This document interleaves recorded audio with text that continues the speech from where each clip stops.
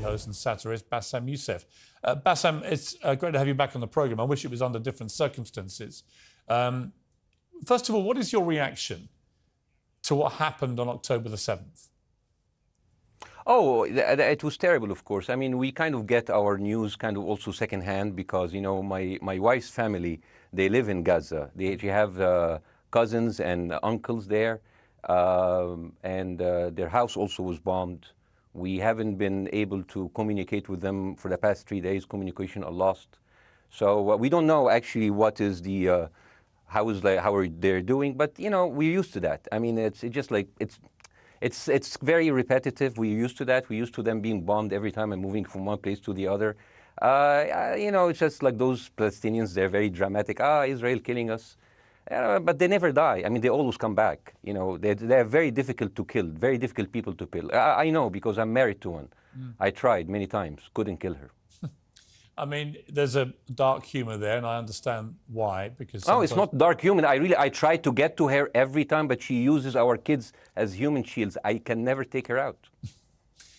Again, I understand the humour, but to be serious, Basham, about this, tonight there is... I will be serious. Now, I will be serious. I was watching your interview with Ben Shapiro, and I will tell you one thing. Yeah. I think that Ben Shapiro is one of the smartest people who ever walked this earth. He's very, very smart. I follow him, and I believe everything he said. And when he came on your show, his solution was, and I quote, his solution was that the solution for this is for Israel to annex Gaza and to kill as many son of bitches as possible to make sure that this will never happen again. And anyone who called for a ceasefire will be a terrorist sympathizer. So God forbid, I don't want to be labeled as a terrorist sympathizer. So I agree with Ben Shapiro. I think we should kill as many son of bitches as possible. Well, let me, so okay, far, but Basham, let me... so far, 3,500 people were killed, including 5,000 son of bitches in the bombing of the Baptist hospital as we speak right now. 1/3 of those 3,500 were children. So my question to Ben Shapiro is, how many more son of bitches do we need to kill so Ben Shapiro is happy? Okay, because it changes Basham, from one year. It changes from one. I'm sorry that. Listen, I'm really at a disadvantage here. I'm looking at a camera. I don't see you. I can hear you on my ear. The reason I'm interrupting so is I think you might be. I think you're conflating different interviews with Ben Shapiro. He didn't use the phrase "sons of bitches" with me. Let me play to you what he actually said on my show. He did. Go back to your interview. No, he didn't. That was another interview. But let me play what he said to me here. Well, frankly, I don't believe in proportionate response to terrorism. I believe that the way that you stop terrorism is with wildly disproportionate response. That doesn't mean in terms of targeting civilians. It means in terms of killing as many terrorists as humanly possible and allowing them to dictate the terms of engagement by hiding behind civilians in areas that they're supposedly responsible for means that the only option for Israel is to surrender to Hamas's hatred of its own citizens, its willingness to use its own children as human shields. No country worth its salt could ever do that. Now, that is substantively different to what you said he said, right? He's talking there but specifically about Hamas terrorists. I agree with him. The thing is, the question is, what is a proportionate response? Because it has been different from one tier to another. So if you look to this graph, for example, this is the death of Israeli and Palestinians, and it's changing from one year to year. It's like fluctuating like crypto. So my question is today, what is the going rate today for human lives? I mean, 2014 was a great year for Ben Shapiro. 88 Israelis were died, and there was 2,329 Palestinians killed on the other side. That is one Israeli for 27 Palestinians. That is a very good exchange rate. What I'm saying is, what is the exchange rate for today? So you guys will be happy. That's my question. Well, it's not me. It's not me, guys. I'm not on either side. No, not you. Like when I say you guys, I say like people on the other side of that. I know that you don't think like that, Piers. You're one of the good guys. But let me tell you something. I mean, the reason that I'm using this is that, I mean, I can't remember what happened in 2014, and there was no music festival, but there must be something. I mean, they must do something. It is their fault. It has to be something. I mean, 2018, 300 Palestinians died. Who's counting, you know? So the thing is, what my question is, let's find what is the exchange rate for human life today so we know, expect the future death of Palestinians and will be happy to it. My response to that would be this, Basham. I've thought carefully about this because I think it's very tricky for people like me to immerse ourselves into a conflict where we're not directly involved. And I thought carefully about what I feel about this. I feel that the scale of what Hamas did on October the 7th supersedes anything else I've seen in this conflict, really ever.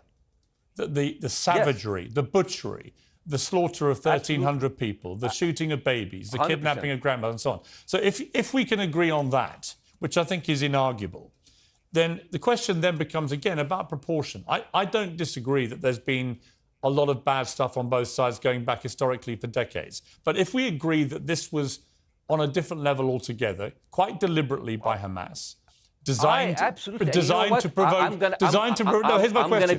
Let me ask you a question. And the question, because you raised it earlier about proportion.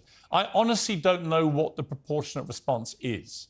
I honestly don't. I don't. I've been watching the airstrikes this week thinking... So what's your question? Well, I would ask you, if you were Israel, what would you... If I was Israel? If you were Israel and that had happened to you, what would you think would be the appropriate way for the country to respond? I would do exactly like Israel did, kill as many people as possible, since the world is letting me do it. I mean, I can do it because I can, you know? But the thing is, you know what? I agree with you. And you know what? I'm going to be even ahead of you, because I see the question coming. Do you condemn Hamas for the atrocity? Yes, I condemn Hamas. I condemn Hamas. I condemn Hamas is the source of all evil. They're a reason for everything. And you know what? Let's, for a minute, imagine a world without Hamas. Right. What will this world look like? Let's give this word a name, and let's name this word the West Bank. Hamas has absolutely no control in the West Bank, and since the beginning of this year, only through August, 37 Palestinian kids were killed. No music festival, no paragliding, no Hamas. Since the occupation of the West Bank, 7,000 Palestinians were killed. No music festival, no paragliding, no Hamas. I can go on and on and on and on. No, but you don't need to, because in a way you're preaching to the choir. I've followed this crisis. Oh no, you're not preaching. So the thing is, like, in the sense that I know that what you're saying has validity. Of course, Piers. By the way, Piers. I am at a disadvantage here. I can hear you. I cannot see you. I am in a claustrophobic room, and so please cut me some slack and don't interrupt me and interrupt my point. Sure. So, because this has to be fair. Understand. Because if you want to only hear your opinion, I can just condemn Hamas and go home. I can do that.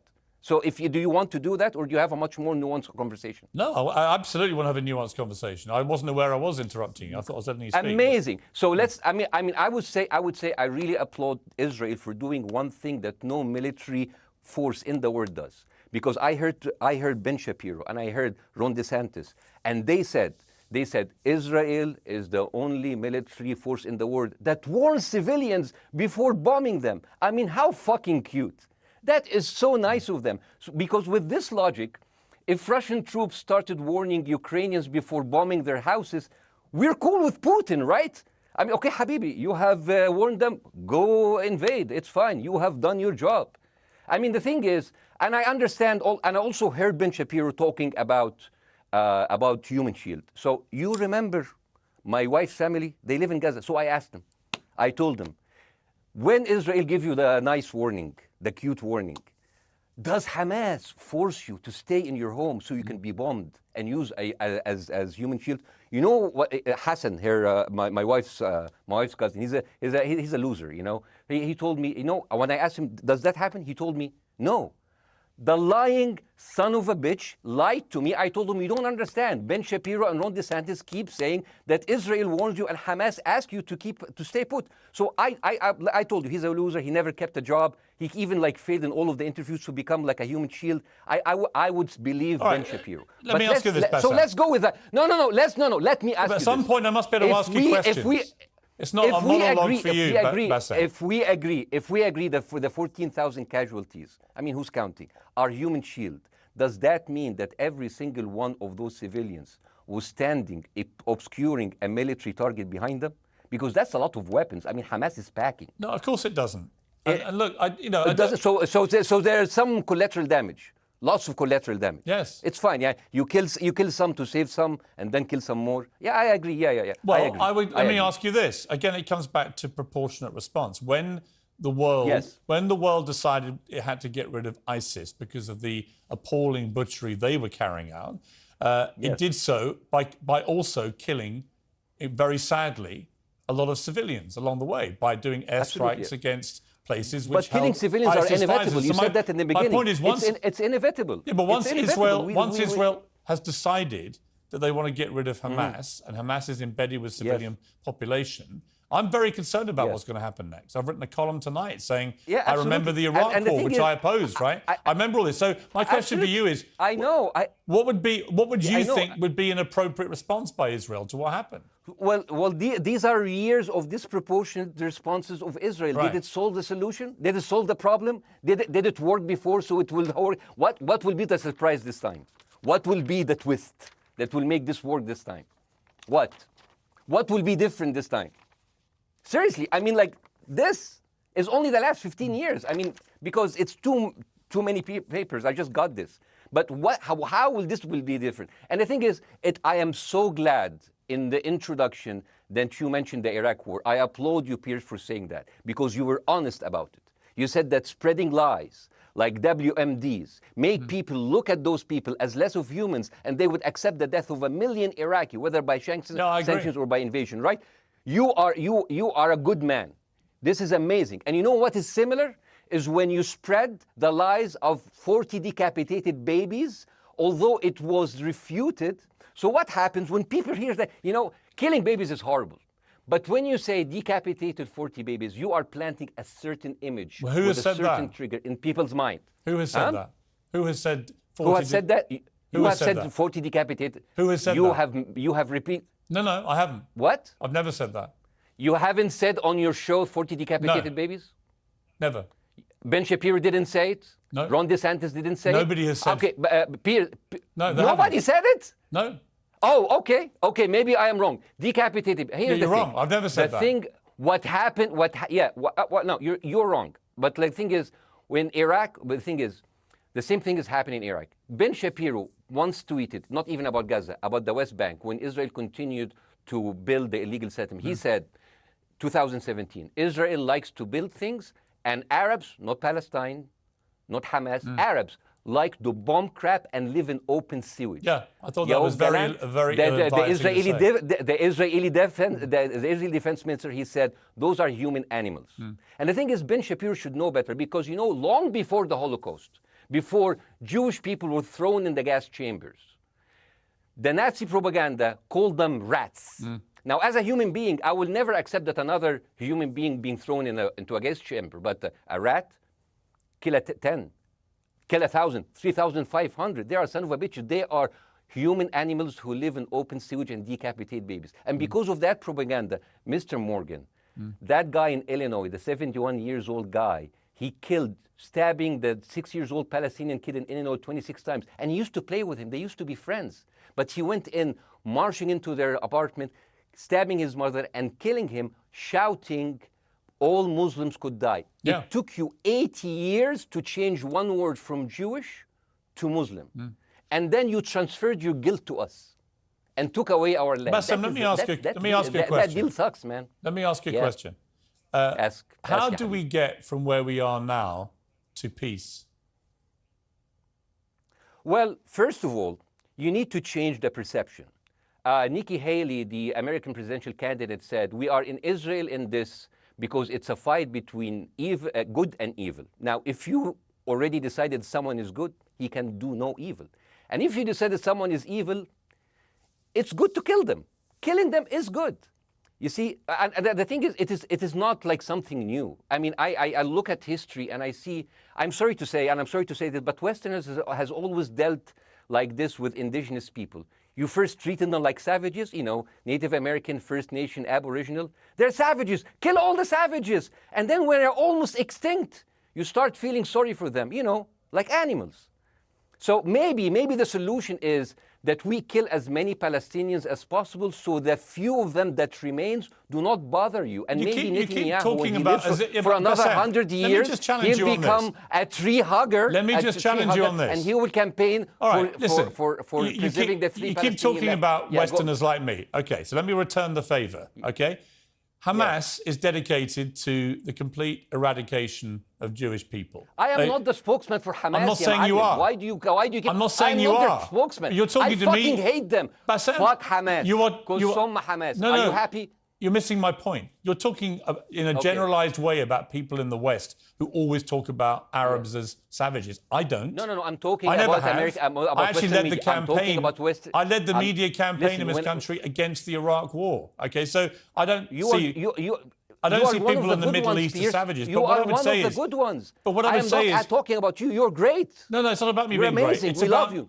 It's about the way Hamas behaved on October the 7th was like savages, like a pack of savages. It was the worst atrocity against Jewish people since the Holocaust. There has to be, of course, there has to be a response. They should be eradicated. My question to you is, notwithstanding the history, Bاسم, what is the proportionate response? But I don't know. But there's no Hamas in the West Bank, and they're still dying there. So what's your excuse? I don't have any excuse. Okay, what's your explanation? Sorry, my earpiece went down. Listen, I don't make any pretense that this hasn't been a massive problem between Palestine and Israel going back to the mid-40s. We all know this, right? Piers, listen. I'm not saying that you're making excuses, but if you are adopting a certain point of view, you have to at least defend it. I'm telling you, there is no Hamas in the West Bank. What is the excuse? Not your excuse. What is the excuse to kill those people? Well, listen, this question of proportionality is one that... No, answer my question. I've been answering your question. You answer mine. It's actually not my job to answer your questions. It's not. Okay, not your job. Not. I agree with you. I'm more interested in you, who has family in Gaza, who's an Egyptian in the Middle East, right? I'm more interested in what you have to say. Okay, I'm telling you. I think Hamas is the problem, okay? Right. Now, let's say Hamas is removed. Let's Hamas. I'm agreeing with everything. You want me to condemn Hamas? I will condemn Hamas, Hummus, Hassan, everybody. Guys, so wait. I can't hear you. The earpiece. Damn. Okay. Oops. Okay. Yeah. Okay. I do need help. I think. Okay. Just go back. Is he there? You go back. Can you hear me? Okay, go. Thank you, guys. Can you hear Bاسم? Yeah, now I can hear you. Okay. So here's the thing. Can you hear? Okay. So let's say, for example, Hamas ceased to exist.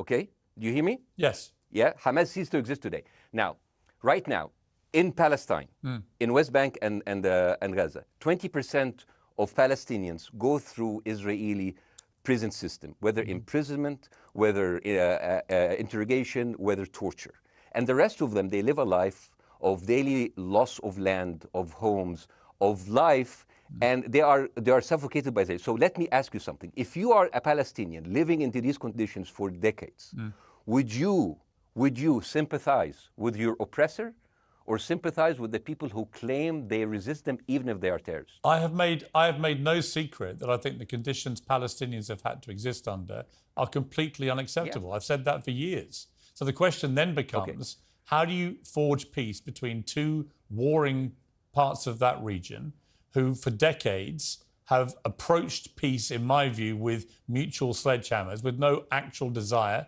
to have peace? And I think it comes down in the end to great leadership. And I don't think there's great leadership. I don't think, well, hang on, let me make my point. I don't think there's great leadership on either side. Where is the Nelson Mandela figure here to come through all this hatred on both sides? Nelson Mandela? Yeah, where is that figure? Nelson Mandela actually have criticized Israel for being a horrible state. All of the South African activists have actually called Israel. My point is about how he responded to a country that was so divided. Is a template for how you get to peace, isn't it?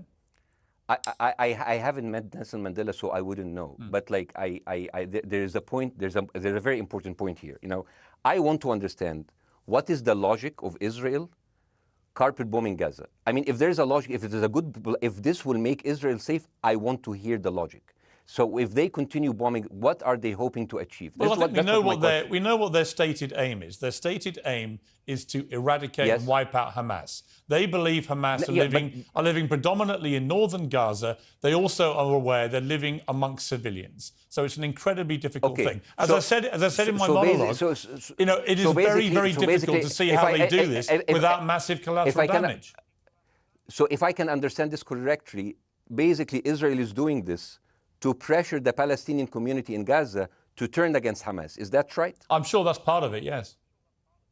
That's part of it. So this is exactly what terrorist organizations do, because terrorist organizations will have no chance beating a whole nation in battle. So they terrorize and they kill the civilians in order to spread fear and terror so they can turn against their government to change their policy or to resign. You have just compared Israel with ISIS. No, I haven't. I don't see any comparison between It's Israel going to be and the ISIS. headlines tomorrow. Piers Morgan, no, Israel is ISIS. Only amongst people who weren't listening. The comparison, which course. is more apposite, is ISIS and Hamas. They are both nihilistic terror groups intent on killing as many Jewish people and others as they can possibly kill. And you can't get peace with people like that. Absolutely. You know what? I'm going to do something that nobody done on your television. You know what I'm going to do on your episode? I'm going to pretend that I'm an Israeli citizen. I'm going to put myself in the place of an Israeli settler in the kibbutz. And I want to speak to my Prime Minister, Benjamin Netanyahu. Mr. Benjamin Netanyahu, I have voted for you because you have promised us peace and prosperity and security. On the 7th of October, those son of bitches Hamas, they went into the fence that is regularly heavily guarded. Usually if there's like a dove that comes close to it, it will be shot.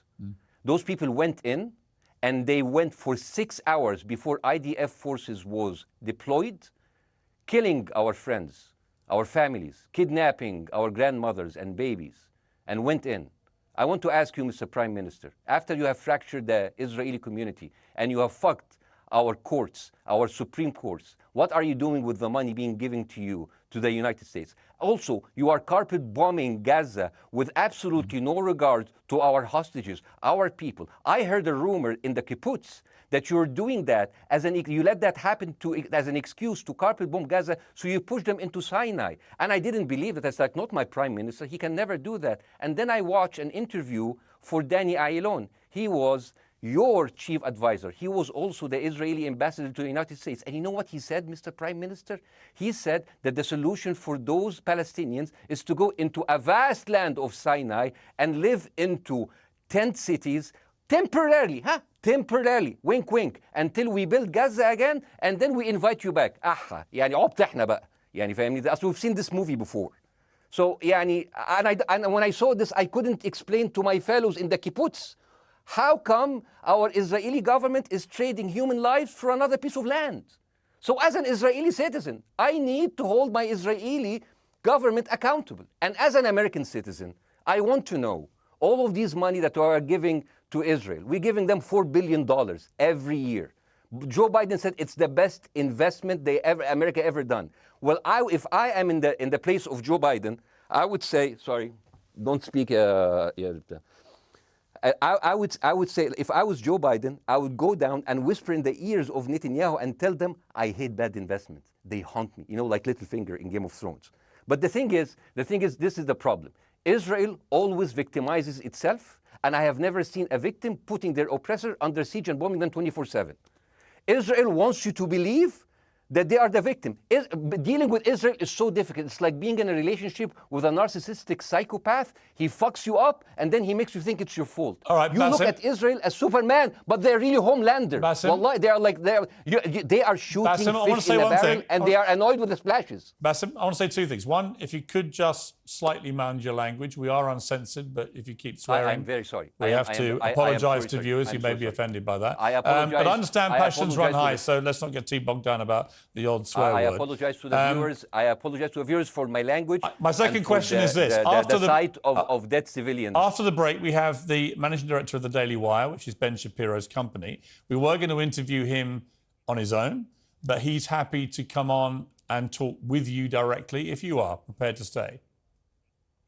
Well, of course, I can stay, but again, I am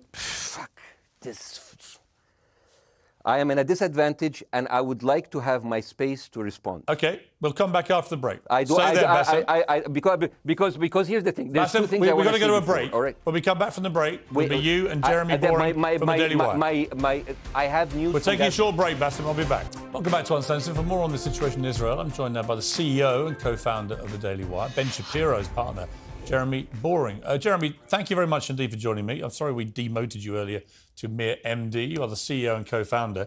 You know Ben Shapiro better than anyone, really. I did a big interview with Ben, obviously, the other night, which went around the world and has sparked a big reaction, including from our guest, Bاسم Youssef, who's still with us. First of all, you've been listening to Bاسم and what he's been saying. What's your response? Well, first of all, I make it a point not to speak for Ben Shapiro. He's got a 20 IQ points on me and speaks for a living professionally, so he's much better prepared to defend himself. But as his business partner, as his best friend, I do feel like I have to respond to the things that Bاسm was just saying. First of all, the question of how many sons of bitches have to be killed in order to end this conflict, I suppose that the answer is as many of them as it takes. That doesn't mean that I or Ben or any decent person in their right mind is happy with the killing of civilians. I posted at the very beginning of this conflict that a woman or a child blown apart in Gaza is just as tragic as a Jewish baby killed in one of the settlements. That doesn't mean that Israel's actions and the actions of Hamas are morally equivalent. You know, the tragedy is the tragedy, but the moral equivalency is nonsense. If you entered Israel with the express purpose of targeting and murdering civilians with your own hands in cold blood, that is not comparable to Israel bombing targets in the Gaza Strip and killing civilians as a terrible, tragic consequence. War is terrible.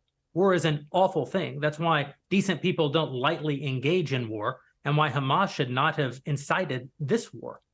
You know, we can talk about the history of the Israeli conflict. I'm not a professional political commentator. I'm a CEO, I'm a screenwriter, and I'm certainly not Ben Shapiro. I'm not here to discuss the history of the Israeli-Palestinian conflict, but we all saw what happened on October 7th. And the idea that Israel was not going to react severely to that, or that Israel should not react severely to that, is ludicrous. And Jeremy, let me ask you that Ben Shapiro should be a moderating voice, that Ben Shapiro should be, saying, no, Israel should not respond in this situation. That's nonsense. Let me ask you, though, Jeremy, the question which I think is the big question. What is a proportionate response to that outrage on October the 7th, which is the worst attack on Jewish people since the Holocaust? What is proportionate? If it's true, as reports are suggesting tonight, that there may have been a hospital hit by an Israeli strike and up to 500 people or more have died, that would seem to me, if that is verified, and it's not verified yet, you know, we don't know exactly what has happened other than there's been a hit on this hospital. But if that is verified to have been an Israeli strike, that will strike many people as disproportionate. Certainly. Well, first of all, I don't know what a proportionate response is or why we would want it. I suppose a proportionate response would be for 3,000 Israelis to go through the fence, gun down innocent Palestinian women and children, burn their bodies, burn them alive, take hostages, rape their women. No one wants a proportionate response. No moral person could possibly call for a proportionate response. The purpose of war is to defeat your enemy. The West has, in my lifetime, forgotten the purpose of war because the true cost of war is so terrible. The last time the West engaged in war and won it was World War II, and they did it through incredible brutality. They did it by bringing their enemies to heel. That is not a thing to That's not a thing to rah-rah about. That's not a thing to look forward to. As I said, all decent people should avoid war. But I think the sort of lie of the post-World War II, the post-war consensus lie, is that somehow war in which you kill a bunch of people and don't secure victory is morally superior to war where you do secure victory. I would say that the only way to morally justify a war is to win it. Otherwise, the very argument that brought you into the war, this enemy must be defeated, ends up being proven a lie. I mean, Afghanistan, I think America had every right to go into Afghanistan. The Taliban was harboring Osama bin Laden and al-Qaeda. Al-Qaeda flew planes into buildings in the United States, killed thousands of our citizens, brought the nation into untold agony, pain, and horror. America had every right morally to go in and destroy the Taliban and destroy al-Qaeda. Yeah, but I would argue, the Taliban now rules in Afghanistan. The war was not won. But that's my point, actually. I've done a column about this tonight for The Sun here in the UK, which is I was editor of a newspaper when the Iraq war happened. I opposed it very aggressively as the editor of the paper. And sadly, we were borne out by events. It was a complete disaster, the Iraq war, in my view. It was illegally contested, I think. And the consequences were appalling in terms of loss of life, 1 million people, in terms of ISIS being allowed to breed and create their merry hell around the world, in terms of complete dismantlement of Iraq itself as a functioning country. And I think Afghanistan, again, 20 years of attacking an enemy which is now running the country again, seem to me again to be kind of pointless. And I do wonder whether Israel, in its blind fury, which I completely understand, has thought through the consequences of actually launching a full air, ground and sea offensive into Gaza as to actually what happens at the end of that. Well, I suppose Israel wasn't really given the opportunity to fully contemplate what the consequences of that action might be, because Israel didn't instigate this war. This war was instigated by a horrible terrorist attack on Israel, and a state is put in a position where it has to respond. Now, one might argue that the very fact that Israel has yet to actually launch their ground invasion means that they are actually making a calculation about what the cost will be, what victory looks like. Any rational person, any decent person can engage in a conversation about what is the appropriate response for Israel. Of course they can. But this sort of moral equivalency thing, I don't think is a sign of decency to engage in a conversation about moral equivalency. Let me bring Baasim back in. You've been listening to this, Baasim. What's your response to what Jeremy's been saying? I'm sorry, I didn't catch the gentleman's name. It's Jeremy Boring. He's the chief executive of the Daily Wire and co-founder with Ben Shapiro of the Daily Wire.